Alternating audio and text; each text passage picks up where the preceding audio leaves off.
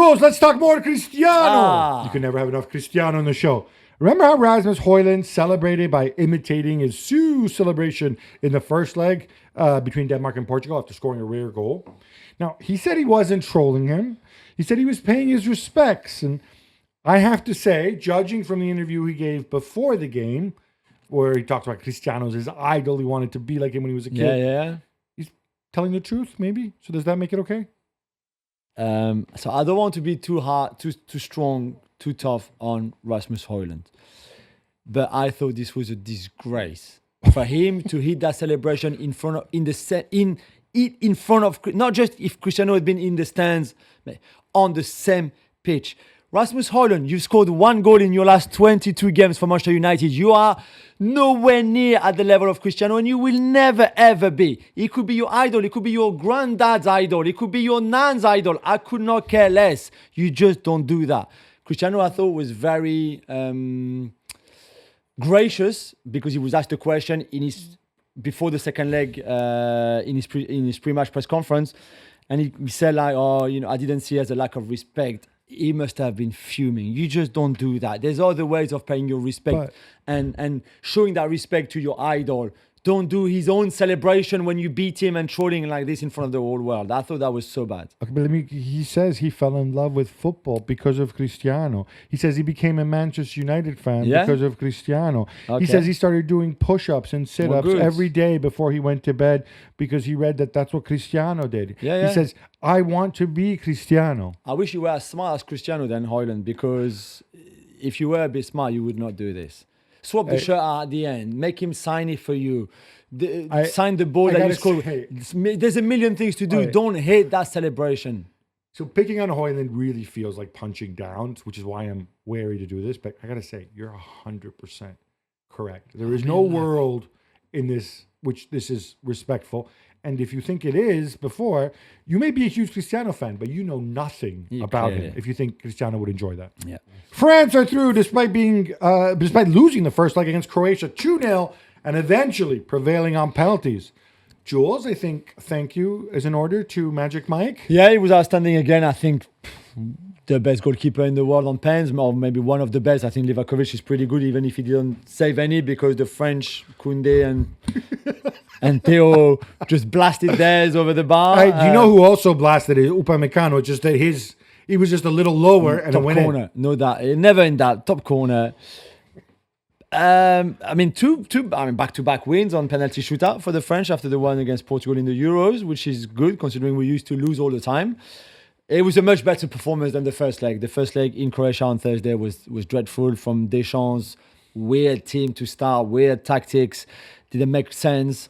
This is much better. A front four of Dembele, Olise, Barcola and Mbappe. Then even Desiré Doué coming on for his debut, first ever cap, with a big impact on the game. So it was much, much, much better. And I think overall, we deserve to qualify. Is this the solution you think? Do you think Deschamps has the cojones to play I know in this game, obviously you're 2-0 down, so you do that. Yeah. But like in a major tournament, or is he going to go turn on the safety first? That's the question. And add in a bit of Camavinga midfield. Well, Rabiot more, even than Camavinga. Yeah. So we see. Yeah. But Koné and Tchouaméni did well in that midfield against Modric and Kovacic, for example. So I'm hoping this is the way forward. Classic game of two halves as well, Gabi, in Dortmund between Germany and Italy. It finishes 3-3 and Italy are out. Are you going to complain more about the overturned penalty? It was never a pen. Or Germany's silly second goal? That was crazy. So I'm going to complain more about the second goal. The penalty is 1,000% a penalty. Never. And you know what? Like, it comes down to what angle you see. First of all, the guy gives it. Marciniak gives it on the pitch. He's right there. He sees it clearly. None of the Germany players complain. No, they did. No, they don't. They don't. All you have is Kleindienst going around, going like wagging his finger. And then you go, and the image that he was shown on the VAR screen, from there it's not entirely clear. Although I don't even know if there's enough to not overturn. But then you see the other images, and it's very, very obvious that no, he doesn't get it. Schlotterbeck does not get the ball. No, he doesn't even touch the ball a little bit.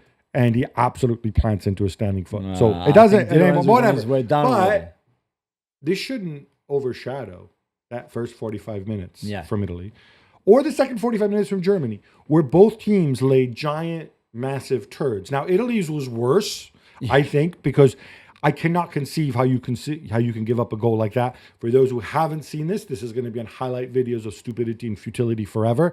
The Donnarumma has to make a great save. Ball goes over the bar for a corner. So after goalkeepers make great saves, what does he do? He goes and he shouts at his defenders. All the defenders are looking at him, listening to him. From the corner. Nobody's looking at the corner. Yeah. Nobody. And Joshua Kimmich and Jamal Musiala, who, by the way, when he's good, is really good, by far the best player on the pitch. He floats like a butterfly and stings like a bee. Yeah. And they just roll it in, and it rolls it into the goal. Empty goal, yeah, of course. Embarrassing. Germany without Havertz and Wirtz. And Florian Wirtz. Italy without some of our good players too, Fede Di Marco and dare I say it, Matteo Retegui, and a couple others. Positives to get out of it. The question is, I want to see this for 90 minutes from both teams. Yeah. Portugal were awful in the first leg, losing 1-0 to Denmark. It could have been much, much more, but they end up 5-2 winners, Jules, and they were going out until our pal Trincao and his mustache came on. Yeah, because they also made mistakes defensively. Ruben Diaz with a terrible mistake, and Denmark not with the talent that Portugal have, not maybe more importantly with the depth in the squad, because they look shattered in extra time, for example, where really Portugal won it without Cristiano, by the way, who didn't play in extra time, who was subbed off after 90 minutes. He missed the penalty earlier, but we won't rub it in. But we won't go there. Also scored, to be fair, credit to him. 22 years in a row that he scored in international football. Which is really, really special. But Portugal, too good in the end for this Danish team who did well in the two legs at times, and we saw glimpses of what Brian Remen wants to do with them. But yeah, this time it was Trincao, really the unluckiest of heroes, I guess. When you get to 2-2, you need to hold out the last 18 minutes, Denmark. It was impossible. And Schmeichel finished the game injured too. Norway destroyed Moldova away in World Cup qualifying. 5-0, Gab. They are in Italy's group. Now that we know which group Italy will be in for the qualifiers of the World Cup, where they usually struggle. Are you starting to worry about Hojlund and Odegaard and the only living Soloth in captivity? Genuinely, considering how much trouble Italy had against big, tall Tim Kleindienst, the fact that like this army of giants is coming in there, yes. And in the knowledge of what happened in the last two World Cup qualifying seconds, yes, they terrify me. And then in the end, it's going to be a little guy, or relatively little guy like Antonio Nusa who undoes us. So yes, I'm already having nightmares.